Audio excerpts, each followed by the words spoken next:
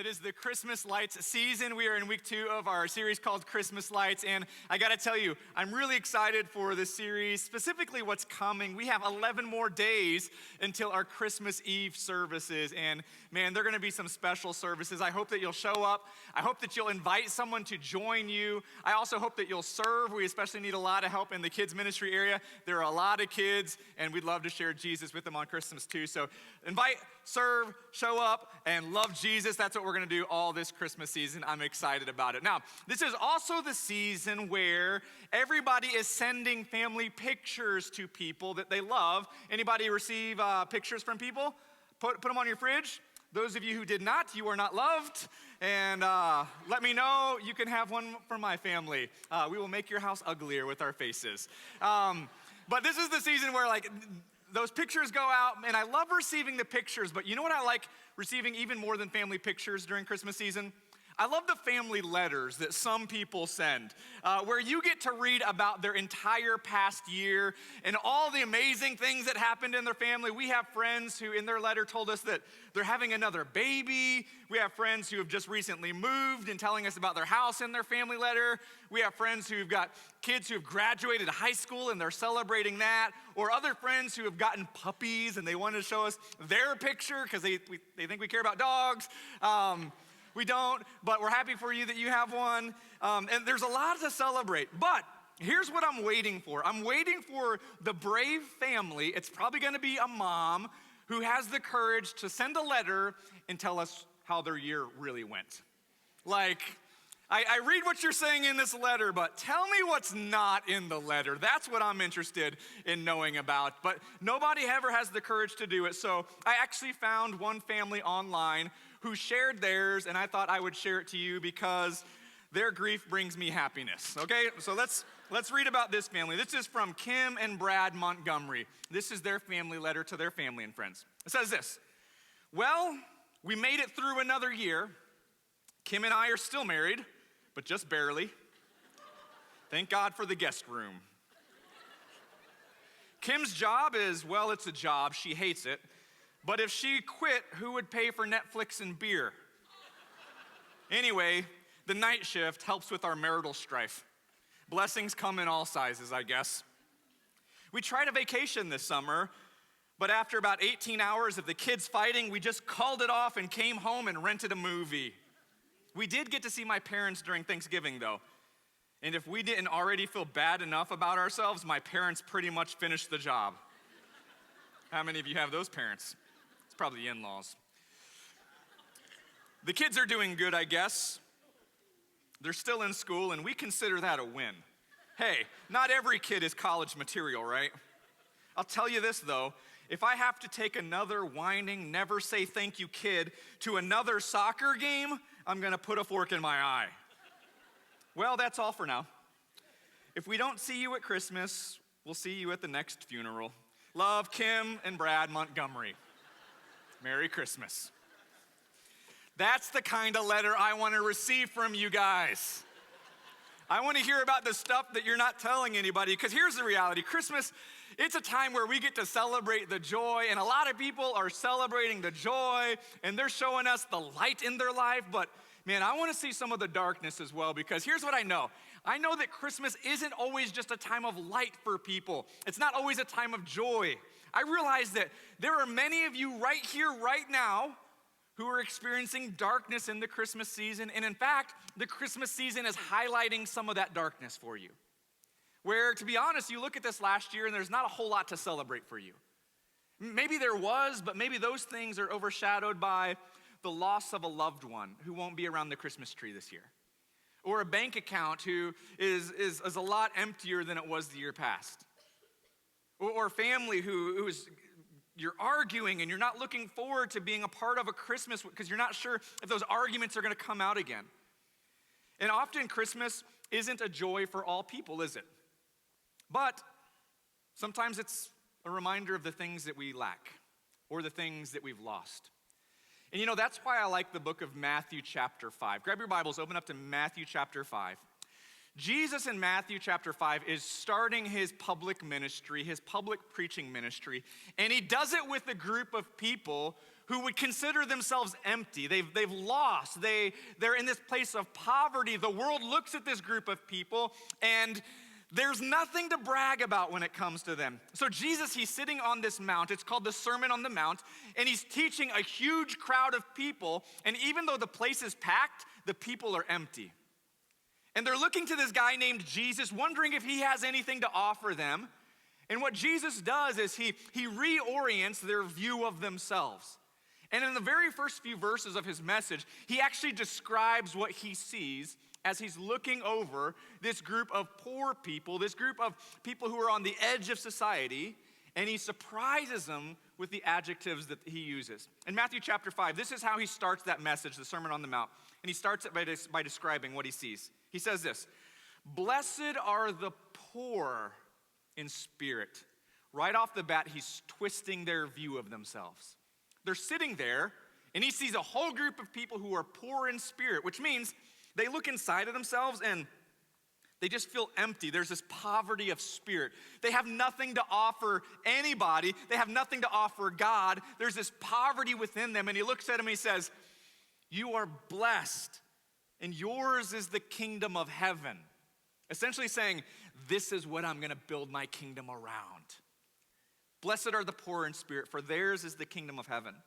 He goes on, and he says, "Blessed are those of you who mourn, for you shall be comforted." There were people in the crowd who were mourning.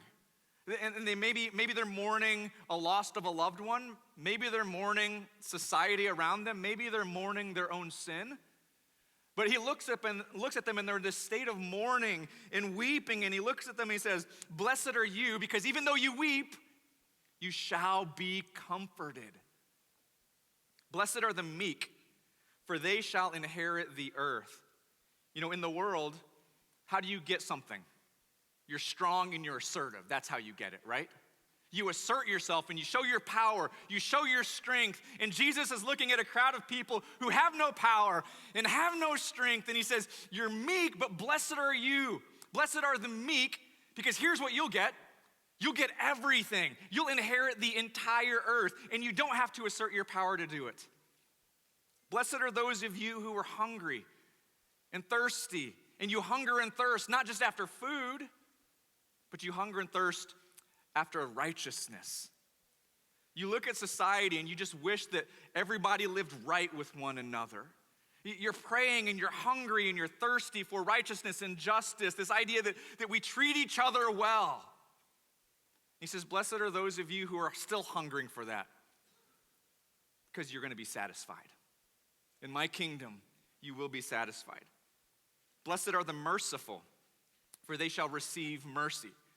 Do you know why they shall receive mercy? Because they're not getting it right now. But Jesus says, but you're being merciful to others. You're not receiving any mercy, but you're giving mercy. Blessed are you, because you shall receive mercy. Blessed are the pure in heart, for they shall see God. This group of people Jesus is talking to, on the outside, you look at them, there's nothing to brag about. On the outside, there's not much to see. But Jesus is like, man, if the world could just see your heart, if the world can see what's inside of you and the beauty of your heart, if they could see that, here's what they would see. They would see that you see God, that you get a glimpse of the face of God. Blessed are the peacemakers, for they shall be called the sons of God. Jesus sees a group of people who, they're not just peacekeepers. I mean, that's who we are whenever we show up to our family gatherings, right? We try to keep the peace. Like, oh, don't mention this, don't mention that, because it'll start a fight between Grandma and Uncle John. We don't want a fight to start. We try to keep the peace. But Jesus is looking at a group of people who they're not peacekeepers, they're peacemakers, which means they're working and they're striving and they're trying to have peace, excel in this world. And he's saying, you're the kind of people who are actually going to find peace. You shall have peace. And not only that, but you're going to be like Jesus, and you're going to be like one of the sons of God. You're not in a place of peace now, but you're help bringing it about. And then finally, he ends with this one. Blessed are those who are persecuted for righteousness' sake, for theirs is the kingdom of heaven. Jesus understands that there's some people who they're experiencing pain in this world because of their relationship with God the Father. where they've been persecuted, they've been harmed, they've been picked on, they've been bullied because of their faith. And he says, man, I know how that goes. You're the kind of people that my kingdom's going to be built around. Now, if you were to look at all 8 of these descriptions of the people that Jesus describes as he's starting this message off, here's how I would sum up his description and sum up his sermon here. He's basically saying this, that blessed are those who are empty, for they shall be filled. Jesus is looking at a group of people who are empty. They have nothing to offer. There's all that they have inside of them is hunger. All they have inside of them is lack. All that they have inside of them is a loss. And he says, you're coming here and you understand that there's an emptiness inside of you. And the fact that you understand that makes you blessed. The state that you're in right now makes you blessed. It's not that a blessing is going to come. It's that right now, in your emptiness, you're blessed because you are in a position where now you can receive the Spirit of God. You can receive the blessing of God. You can be part of the kingdom. But I got a feeling the people who are hearing this message, as Jesus is describing them, they're probably look at themselves and say, blessed? I don't feel blessed. And I know some of you right now, you're sitting in the same situation they were, and you're like, I feel poor. I feel like I'm sad. I feel like I'm grieving. I don't feel blessed, Jesus. How is it that we can be blessed? And I know that the moments that you're in poverty, or the moments that there's this emptiness, it's a rough time to feel blessed. In fact, I was reading through a Reddit discussion recently, and it was titled, "The Unspoken Rules of Growing Up Poor." And as I was reading that, man, some of the unspoken rules that the users were posting, man, they began to hit home for me, because I remember growing up in a place where my father, he couldn't keep a job, and we were always wondering where the next meal was coming from or the next paycheck was coming from. And there were some unspoken rules in our family, and here's a few from that discussion board. Car of Men, he writes this, one of the unspoken rules in his house growing up, that if you use the oven during winter, when you're done, leave it cracked so that the heat warms up the rest of the house more. Anybody ever have to experience that? Man, when you have to experience that, you don't feel blessed, okay? Or how about this one? This is from Steph YC. She says, if you're hungry before bed, drink a tall glass of water.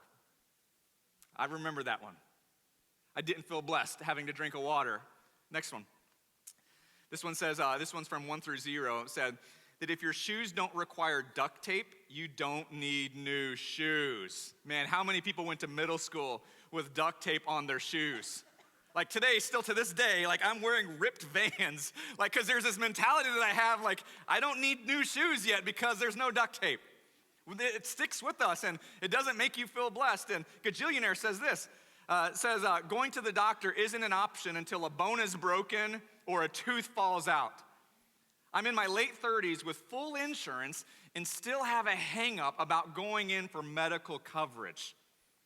Man, I'll tell you, when you stand before your friends and your families in a Christmas season and you have lack and you've lost, you don't really feel blessed, do you? Yet Jesus looks at these people in Matthew 5, he looks at us and he says, I know the world pities you, but I don't. I look at you, and the state that you're in right now is a state of blessedness. And you know, the world does pity people who have nothing. They think that if you have no money, if you have no achievement, if you have no presents under the tree, if you have no people around your tree, then you're nothing to brag about. And there must be something wrong with you. But it's interesting here in this passage that Jesus doesn't pity those people. He praises those people. Jesus doesn't pity the empty. Jesus praises the empty, and he says that they're actually in a better place in life than those people who have everything. Because here's the truth. You can have everything and still have nothing at all. And there's some of you in the room who that just resonated with. Because you have everything. Or on the outside, it looks like, man, I've accomplished everything. Why do I feel so empty? Whereas you can have nothing and have Jesus and have everything that you'll ever need. Amen, church? Now, Here's the biggest temptation for those of us in our times of emptiness. Our temptation is when we're feeling loss or feeling a lack during Christmas is to say, Jesus, theologically I know that's true. In the scriptures I know that's true, but this Christmas I'd rather just hide out. I'd rather not decorate. I'm not really interested in Christmas lights. I'm not really interested in Christmas celebrations. I don't really want to go to the workplace party.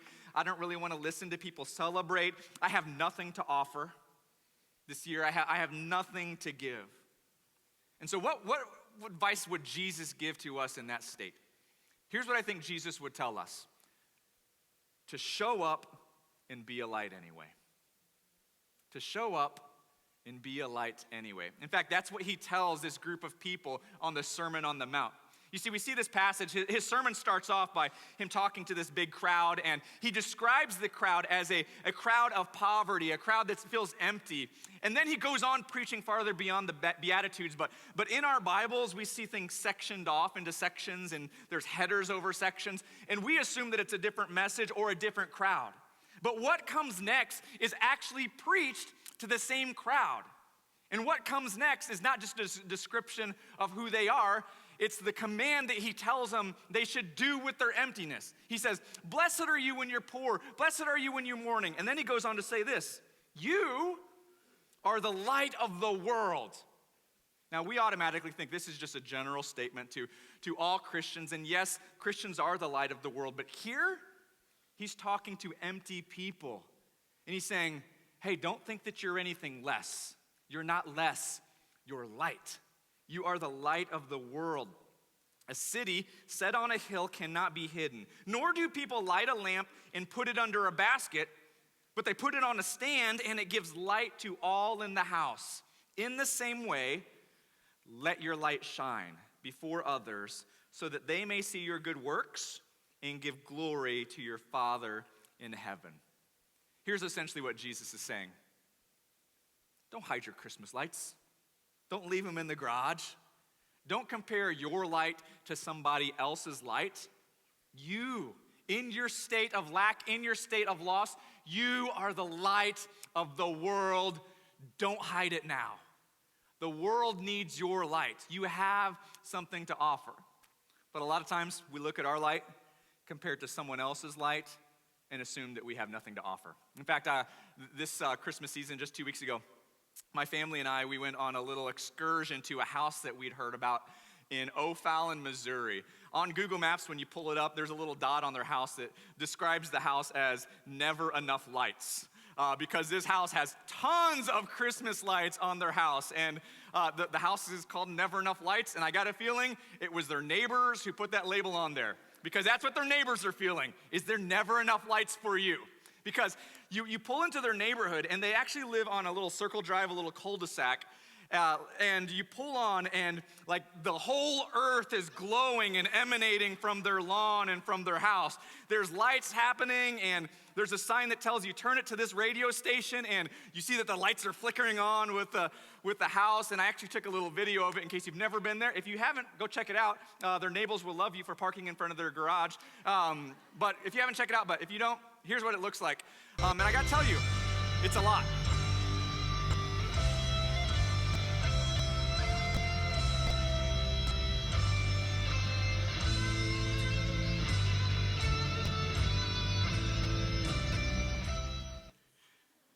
Man, that is aggressively merry, isn't it? This is someone who has something to rejoice over, and they're like, Merry Christmas! And they're like screaming it all month long, and I love that they're sharing that joy. I love that Christmas means so much to them, that they put that kind of energy. But you know what's interesting? You pull into that street, and they're the only house with lights on their house. You know why?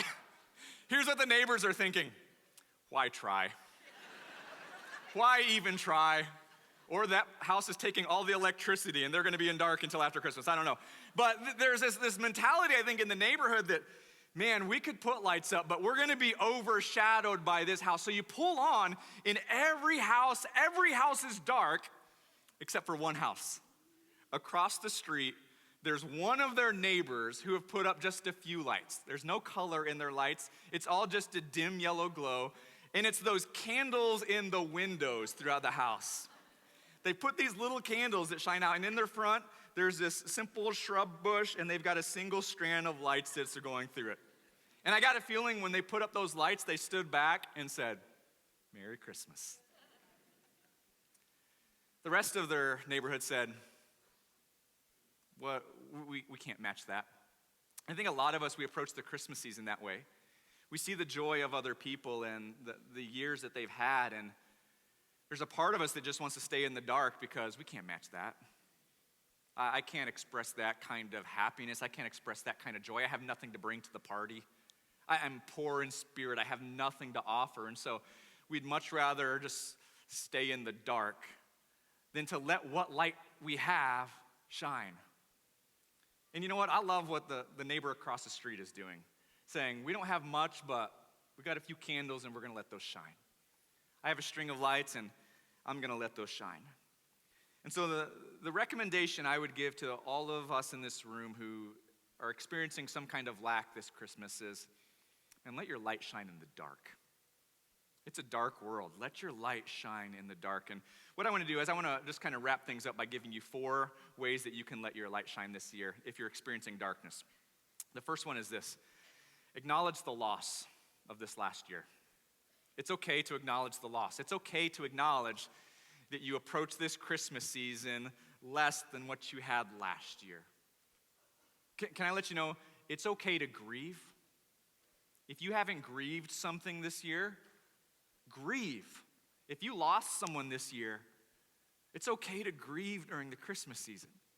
If you have everything on the outside, but there's something missing on the inside, it's okay to grieve. It's okay to bring that to the light, because here's the reality. Everyone in the world experiences emptiness. But what Jesus says is, blessed are those who know they're empty. Because when you realize that you're empty, when you acknowledge the loss, when you acknowledge that there's something missing, that's when God shows up and shines a light inside of your darkness. Acknowledge the loss. But also, at the same time, you need to acknowledge that the Spirit is present. Last week we talked about the beginning of creation and how the earth started formless, empty, and void. And the very first thing that God did was he turned on the lights. Right? He turned on the lights. And when the lights came on, the emptiness was still there. But there was also something else there as well, wasn't there? Last week we talked about that the Spirit of God was hovering over the surface of the deep, that even in the darkness, even in the emptiness, the Spirit is present. So in this season where some of you feel alone, acknowledge the lost, acknowledge the emptiness, but acknowledge that you're not alone. That if you know Jesus, then the Holy Spirit who covers the darkness is in you as well. Acknowledge the lost and acknowledge the Spirit. The third thing that we need to do to let our light shine is to just accept help. Accept help this Christmas season. Some of you are so hard-headed that in the midst of your emptiness, in the midst of your pain, you've pushed away help. You've pushed away comfort. And can I let you know this, that when you're mourning, God says that those of you who are mourning are blessed because you will be comforted. Let somebody comfort you. Let somebody step in and give you a hug. Man, that's what I love about the church family, is that we're not just a program. We're not just a song and a horse and pony show. This is a family of God. We are brothers and sisters in Christ. And if you need help, whether that be a hug, a prayer, or a counseling, it's available. We just have to accept it. One of the things I love about what Jesus is talking about in the Beatitudes, he says, blessed are you when you're poor in spirit, or blessed are you when you're mourning, blessed when you're hunger and thirst, because God's gonna do something about it. He's gonna offer you something. He's gonna fill you. Don't reject what God has for you. Sometimes he brings that help through a loving friend. Sometimes he brings that help through a loving counselor. Sometimes he brings that help just through a sense that the Spirit is close and with you. Accept the help that God offers. And then finally, fourth, avoid hiding. This might be the biggest temptation of all. Because in a season where everybody else is rejoicing, it's going to be really easy for some of you to hide, to not show up, to stay in the dark. Isolation is going to be a big temptation of, I'm just going to stay home this Christmas. I'm not going to allow anybody in and to experience my emptiness and experience my grief or to experience my loss. I'm just going to stay home. Can I tell you this? Jesus wants you to show up and shine out. Avoid hiding. Show up and shine out. You are the light of the world. A city on a hill cannot and should not be hidden. You are a light. You are a candle. Don't cover it up with a basket. Let that light shine for all the world to see, so that glory may be given to our Father in heaven. Even when you feel empty, show up with your light, even if it's just a little flicker of a candle. Because here's what will happen. You'll end up lighting a dark world. You know, the world, they're putting on a light show. Right now, they're putting on this show, and I'll tell you, they're paying the price for it as well. There's a lot of people in this world who are trying to fill a void with a whole bunch of celebrations or a whole bunch of ignoring an emptiness. And what they're doing is they're chasing after riches. They're thinking that maybe this Christmas present under the tree will finally bring me contentment, or this person around the tree will finally bring me contentment. They're chasing after riches. They're chasing after relationships. And they're coming out on the other side of it unfulfilled, still feeling empty. There's people in this world who are chasing after happiness instead of holiness. And they're coming out on the other side feeling wounded by it all. Man, what an example you could be when you show up empty, but full of the light of Jesus. And you let that light shine into what you thought was a bright place, but somehow the Spirit in you begins to seep into them, and it finds the dark places in their heart. And then they begin to ask questions. They see you showing up in times where you're mourning, and they're beginning to think, man, I'm mourning too. How are you comforted? Where are you finding comfort? Or these people in the world where they're saying, you know what, I'm hungry for righteousness, I'm hungry for justice, and I'm just praying that justice, God, just bring justice. And then they see you showing up and they're asking, how are you satisfied?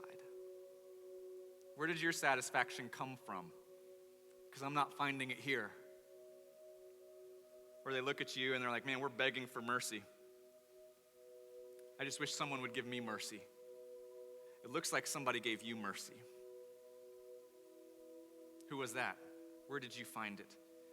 Man, if we'll show up, even in our emptiness this Christmas season, I believe that we'll put on a light show that this world has never seen before. If we'll show up with our emptiness, I think Jesus will speak over us. Blessed are these people, for they are the light of the world. And all we have to offer might be just a few candles in a window. But I think people ask where that light came from. And you know what we'll tell them? It came from the cross of Jesus Christ. From a man who showed up, became a city on a hill, and lifted his light for the whole world to see. And in the process, blessed them all and brought light to dark places. And then Jesus turns to look at us. He says, blessed are you, for you are the light of the world. Tell them where your light came from so that they can glorify God in heaven as well.